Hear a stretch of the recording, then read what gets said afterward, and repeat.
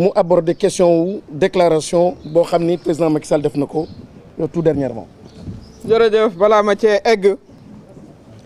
Macky Sall yow la ñuy waxal jigéenu Sénégal yow la ñuy waxal nga bàyyi nga suñu doom yi ñu bàyyi leen di leen rey nanu arrêté di rey suñu doom yi jigéenu Sénégal yi loolu lañ lay wax na sa soxna ëmbee juróom-ñeenti weer ñetti doomam noonu la yaayu ñii nga xam ne dañ leen a boom barki démb noonu lañ leen ëmbee juróom-ñeenti weer noonu lañ leen bëggee woon ci seen xol jigéenu Sénégal yi nee nañ arrêtez de tuer nos enfants, qu'on arrête de tuer nos enfants qui exercent leur droit constitutionnel doon manifester droit constitutionnel c'est reconnu par la constitution du Sénégal ba ñu ciy boom ñett encore une fois wax nañ ko kenn mësta boomee autant de jeunes et d'enfants que depuis ces derniers mois et ces dernières années il faut que cela s'arrête il faut que cela cesse loolu Macky Sall lañ koy wax na nga buggee sa ñetti doom yooyu nga jur ñooñu la xale yii noonu la seeni wayjur noonu lañ leen bëggee woon tey ñu boom leen ñi fi nekk di wax société civile ñoom ñëpp la lutte contre l'impunité fii la commencé ça va commencer là ça doit s'arrêter démb ñu dégg ci interview bu mu jot a def ne voilà eh bien alors dégg nga maam su ngeen ñëwul dialoguer am na ñoo xam ne ñu ngi fi dinañ ñëw jël le pouvoir loolu mooy appel à coup d'état booy xool loolu la ñëpp comprendre mais loolu c'est assez inqualifiable yow bañ lay jox nguur gi ci démocratie la ñu jaar jox la ko bu ñu la jaarale woon fii ngay jaarale nit ñi kon doo mës a dégg président tey nga jaaxle naan voilà da ngeen di ñëw dialoguer wala am na ñeneen ñoo xam ne ils viendront les politiciens on doit faire attention c'est toi vous qui devez faire attention monsieur le président de la République c'est vous qui devez faire attention le 2 avril ci la sa ay di jeex terminé lii fi xew yëpp yaa ko indi yow yaa arrêté le processus démocratique à quelques heures de la campagne électorale heure bii bu ñu fekkoon campagne électorale kon ñetti xale yii génn manifester ba ñuy dee du ñu dee sa décision moo indi lii nga xam ne moom la ñëpp di jooy fii Sénégal c'est un pays démocratique démocratie la ñu xam mënoo fee génne démocratie c'est pas possible mënoo génne démocratie fii la nga xam ne moom la ñu lay laaj te mu leer mooy nga organiser élection yi le 2 avril nga jël say bagages nga dem amut leneen loo xam ne lii moo fi war a mën a am votre mandat monsieur le président de la République vous le savez très bien il se termine le 2 avril cette incitation subliminale si vous venez pas si on ne dialogue pas d'autres forces quelle autre force il n'y a pas d'autre force dans le jeu démocratique que les acteurs démocratiques qui sont régis par le code électoral qui sont régis par la constitution qui sont régis par la loi c'est ce qu'on vous demande de respecter et rien d'autre vous devez organiser sans délai le 25 février l'élection présidentielle que vous avez arrêtée à quelques heures de la campagne électorale je considère pour moi pour quelqu'un qui a été élu grâce à la démocratie sénégalaise on vous aurait appliqué ce même régime vous n'auriez jamais été président de la République cette démocratie sénégalaise qu'aujourd'hui vous estimiez que voilà si on ne dialogue pas des forces vont venir et puis nous rétablir un appel du pied à des forces qui n'ont rien à voir dans la démocratie absolument rien à voir et qui ne vous suivront pas parce que le Sénégal la démocratie est ancrée dans nos valeurs tout ce que nous vous demandons aujourd'hui c'est sans délai organiser l'élection le 25 février nous demandons aussi au Conseil constitutionnel nous avons fait un recours au Conseil constitutionnel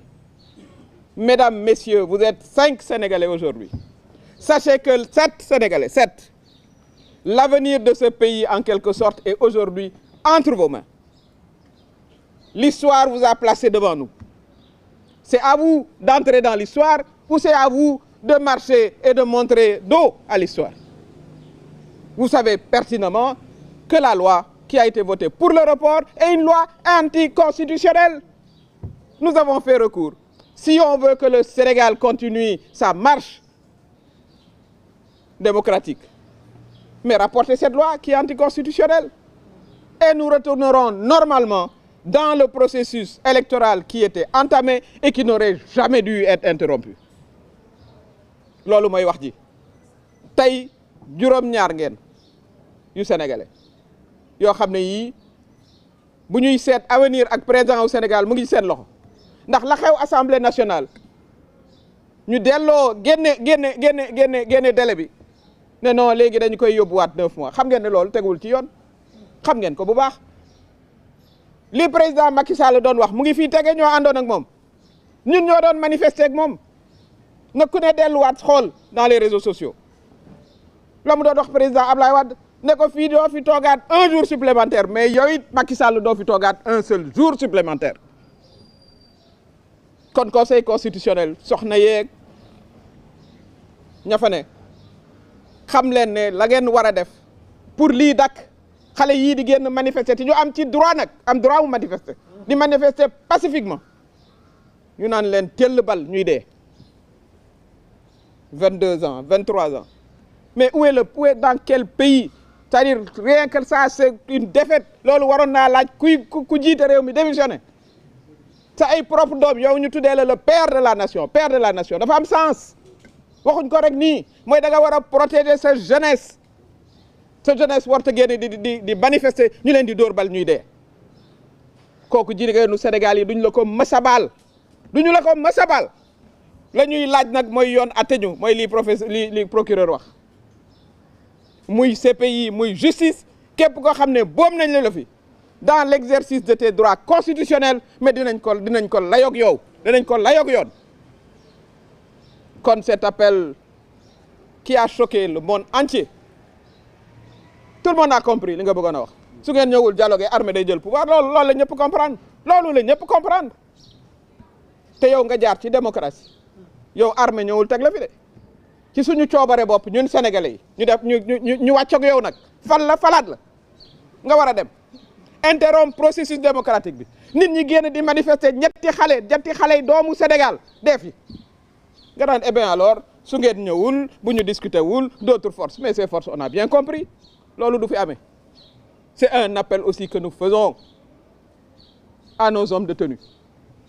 qui ont toujours été des démocrates kenn du la topp ci lii kenn du la ci topp kenn du la ci topp le 2 avril nga pare sa ay jeex na nga dal di dem ñu organiser ay élections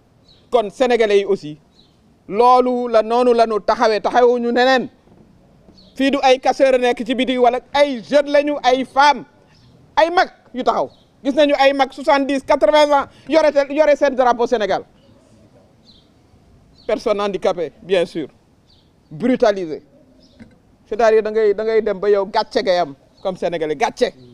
suñu wax ju bari jeeg droit de l'homme gis say force de l'ordre di brutaliser ay soxna une femme dal doxe ko ginnaaw même pas en face parce que jigéenu Sénégal kenn du leen xoqatal doxe ko ginnaaw dóor mu taxaw noonu la jigéenu Sénégal yëpp taxawee noonu la ndawu Sénégal yëpp taxawee noonu la magu Sénégal yi taxawee kon loolu mooy li nga xam ne moom lañ ci bëggoon a wax ak xol bu naqari waaye ak détermination wax naa ko détermination sans faille bu fekkee ne nag 18 millions de Sénégalais yi mën nga ñëw dugal kaso ñun ñëpp bismillah